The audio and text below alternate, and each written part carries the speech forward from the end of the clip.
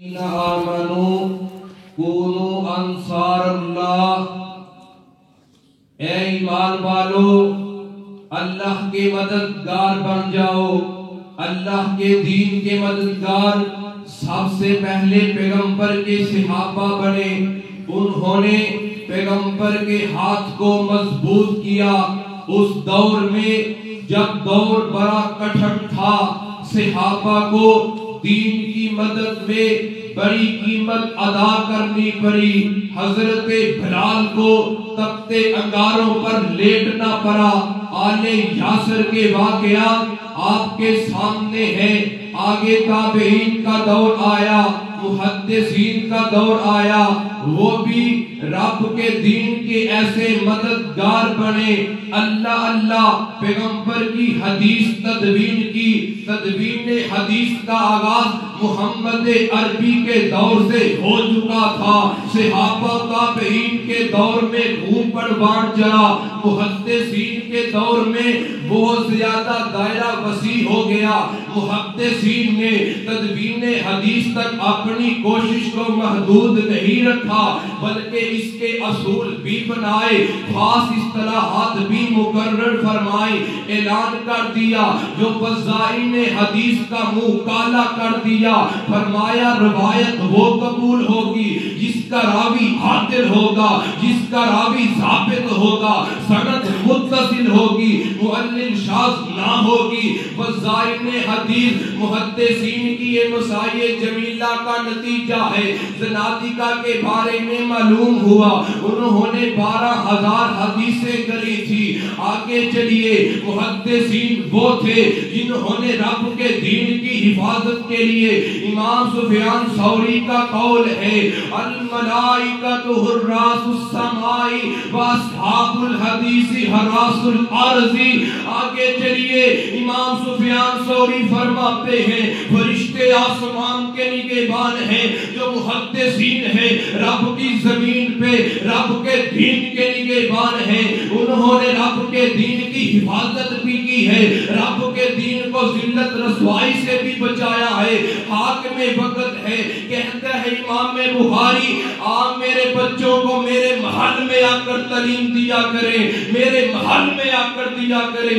امام بخاری فرماتے ہیں، میں محمد عربی کے دین کو حاکموں کے دروازوں پر ذلت رسوا نہیں کرنا چاہتا، تیرے بچے پڑھنا چاہتے ہیں۔ امام بخاری کے پاس چل کر آئے، امام حاکم وقت کہتا ہے، اگر تم میرے محل میں نہیں آنا چاہتا، میرے بچوں کے لیے علیحدہ ٹائم مختص کر دے۔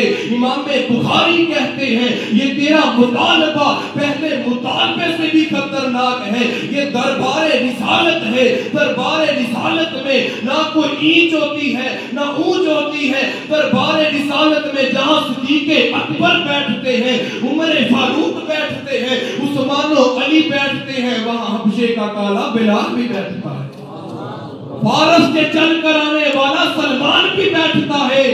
یہ تھے امام بخاری جنہوں نے رب کے دین کو حاکموں کے دروازے پر رسوا کرنے سے بھی بچایا اور امت کو طبقاتی تقسیم میں بٹنے سے بھی بچایا ہے۔ آگے چلیے، امام مالک کو کون نہیں جانتا؟ کہا گیا فتویٰ دیجئے، زبردستی طلاق ہو سکتی ہے۔ امام مالک کھڑے ہو گئے، کہا طلاق المکرہ لیس بشیء، میرے پیغمبر کا فرمان ہے زبردستی طلاق نہیں ہوتی۔ منہ کالا کر دیا گیا، گدے پر بٹھا کر شہروں کا چکر لگایا گیا۔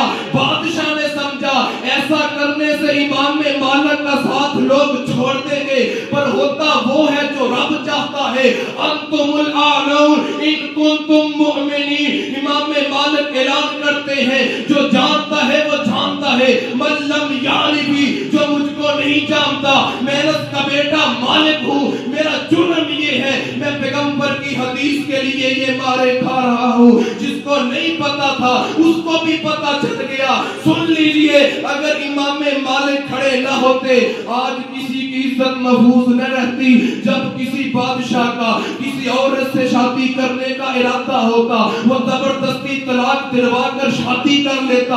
امام مالک نے ہماری عزت کا تحفظ بھی کیا ہے, محمد عربی کی حدیث کا دفاع بھی کیا.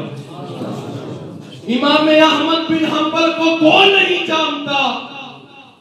کہا گیا جب فتنہ خلق قرآن اٹھتا ہے, سن لیجئے, جب فتنہ فرعونیت اٹھتا ہے اسے دبانے کے لیے موسویت آتی ہے. جب فتنہ نمرودیت اٹھتا ہے اسے دبانے کے لیے خلیلیت آتی ہے. جب فتنہ انکار حدیث اٹھتا ہے محدثین کھڑے ہو جاتے ہیں. جب فتنہ خلق قرآن اٹھتا ہے امام احمد بن حنبل کھڑے ہو گئے, اعلان کر دیا القرآن کلام اللہ, قرآن اللہ کا کلام ہے. اگر قرآن کو مخلوق مان لیا جائے, جس کا جو چیز چاہے وہ تفسیر کر لے, جب کلام اللہ کا مانا جائے گا قرآن کو, پھر کلام بھی اللہ کا, تفسیر بھی اللہ کی. صاحب مغنی نے لکھا اگر امام احمد بن حنبل ایمان کی جرت سے کھڑے نہ ہوتے کہ یہ امت محمدیہ پر یہ تانا تھا, امام احمد بن حنبل کھڑے ہو کر امت محمدیہ کو اس تانے سے بچایا ہے.